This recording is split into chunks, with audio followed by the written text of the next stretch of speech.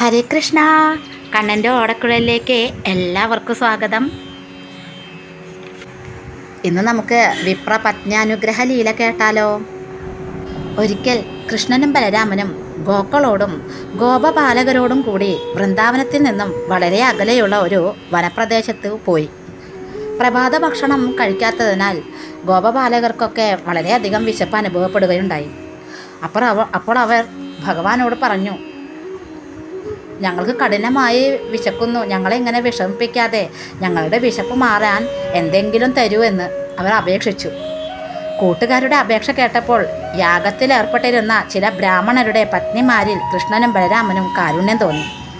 ഈ പത്നിമാർ വലിയ ഭഗവത് ഭക്തകളായിരുന്നു. അതിനാൽ ഈ അവസരത്തിൽ അവരെ അനുഗ്രഹിക്കാൻ കൃഷ്ണൻ തീരുമാനിച്ചു. അങ്ങനെ കൃഷ്ണൻ അല്പം ദൂരത്തുള്ള ഒരു ഗ്രാമത്തിൽ സ്ഥിതി ചെയ്യുന്ന ബ്രാഹ്മണ ഗൃഹത്തിൽ പോയി ഭവൽ പാതാരവിന്ദ വിമുഖരും യാഗം ചെയ്തുകൊണ്ടിരിക്കുന്നവരുമായ അവരോട് കുറച്ച് അന്നം യാചിക്കുവാനായി കുമാരന്മാരെ പറഞ്ഞയച്ചു. ആ കുട്ടികൾ കൃഷ്ണൻ്റെ പേര് പറഞ്ഞ് ഭക്ഷണത്തിനായി യാചിച്ചിട്ട് ആ ബ്രാഹ്മണർ കേട്ടെങ്കിലും ശരി, കേൾക്കാത്തതുപോലെ ഭാവിച്ചു. ഒന്നും പറഞ്ഞതുമില്ല. വേദമാർഗത്തിൽ ദൃഢബുദ്ധിയോട് കൂടിയിരിക്കുന്ന ബ്രാഹ്മണരാണ് തങ്ങൾ എന്ന് ഭാവിച്ച് അവർ അന്നത്തെ കൊടുക്കുമോ ഇല്ലയോ എന്ന് പോലും പറയാതെ ആ കുട്ടികളുടെ അപേക്ഷയെ കേൾക്കാത്തതുപോലെ ഇരുന്നു. ബ്രാഹ്മണർ തങ്ങളോട് സംസാരിക്കാൻ പോലും കൂട്ടാക്കുന്നില്ലെന്ന് കണ്ടപ്പോൾ കുട്ടികൾ നിരാശരായി.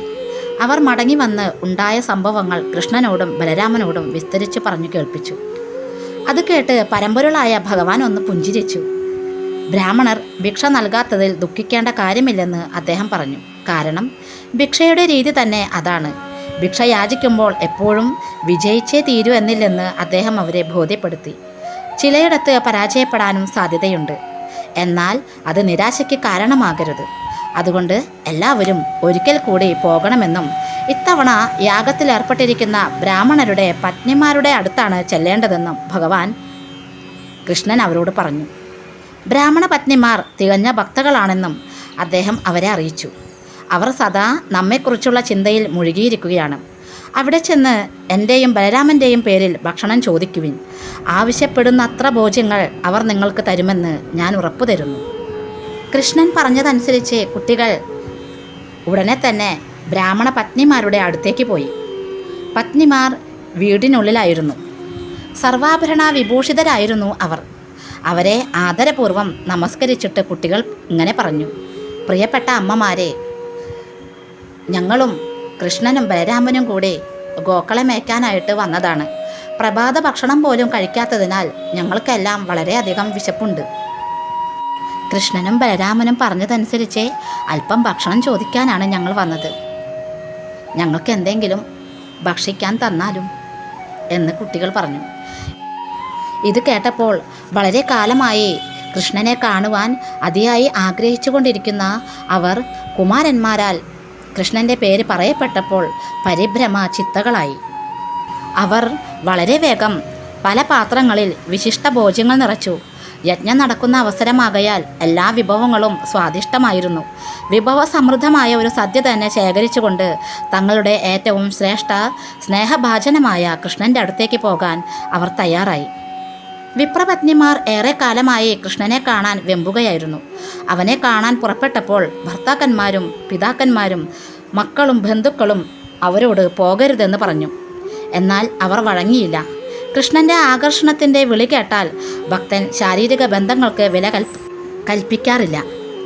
അവർ യമുനാ തീരത്ത് പുതുതായി ഉണ്ടായ വള്ളികളും പൂക്കളും സസ്യങ്ങളും കൊണ്ട് നിബിഡമായ വൃന്ദാവനത്തിൽ വന്നു. അവിടെ തൻ്റെ പ്രിയ സുഹൃത്തായ ശ്രീതാമാവിൻ്റെ തോളിൽ ഇടതു കൈ വെച്ചുകൊണ്ട് നിൽക്കുന്ന കൃഷ്ണനെ കണ്ടു. പൊന്നുളി വീശുന്ന പട്ടയുടയാട ചാർത്തി പരിലസിക്കുന്ന കൃഷ്ണനെ ബ്രാഹ്മണ പത്നിമാർ കണ്ടു. അവൻ മാറിൽ വനമാല അണിഞ്ഞിരുന്നു. നെറുകയിൽ മയിൽപ്പീലിയും. വൃന്ദാവനത്തിലെ പലതരം ധാതുക്കൾ അവൻ്റെ ദേഹത്ത് പൂശിയിരുന്നു. അരങ്ങത്ത് നിൽക്കുന്ന നടനെ പോലെയാണവൻ കാണപ്പെട്ടത്. ഒരു കൈകൊണ്ട് ചങ്ങാതിയുടെ തോളിൽ പിടിച്ചിരുന്നു. മറു കൈയിൽ ഒരു താമരപ്പൂവും. ചെവിയിൽ വെള്ളാമ്പൽ പൂവ്. നെറ്റിയിൽ തിലകം. ആകർഷകമായ മന്ദഹാസം.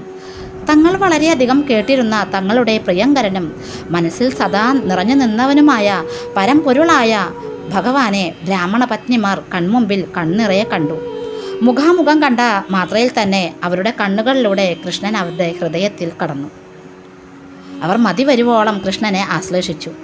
അതോടെ വിരഹ ദുഃഖത്തിന് കുറവ് വന്നു. അങ്ങനെ കൃഷ്ണൻ ആ വിപ്രപത്നിമാർ കൊണ്ടുവന്ന ചതുർവിധങ്ങളായ ഭോജ്യങ്ങളെ സ്വീകരിച്ചിട്ട് അവരെ അനുഗ്രഹിച്ചു.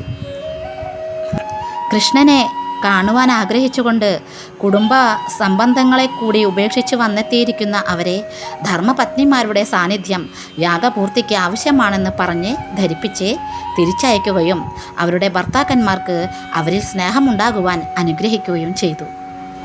പരമ്പൊരുളായ ഭഗവാന്റെ നിർദ്ദേശമനുസരിച്ച് ബ്രാഹ്മണ പത്നിമാരെല്ലാം അവരവരുടെ ഭർത്താക്കന്മാരുമായി ചേരാൻ സ്വന്തം ഗൃഹങ്ങളിലേക്ക് മടങ്ങി.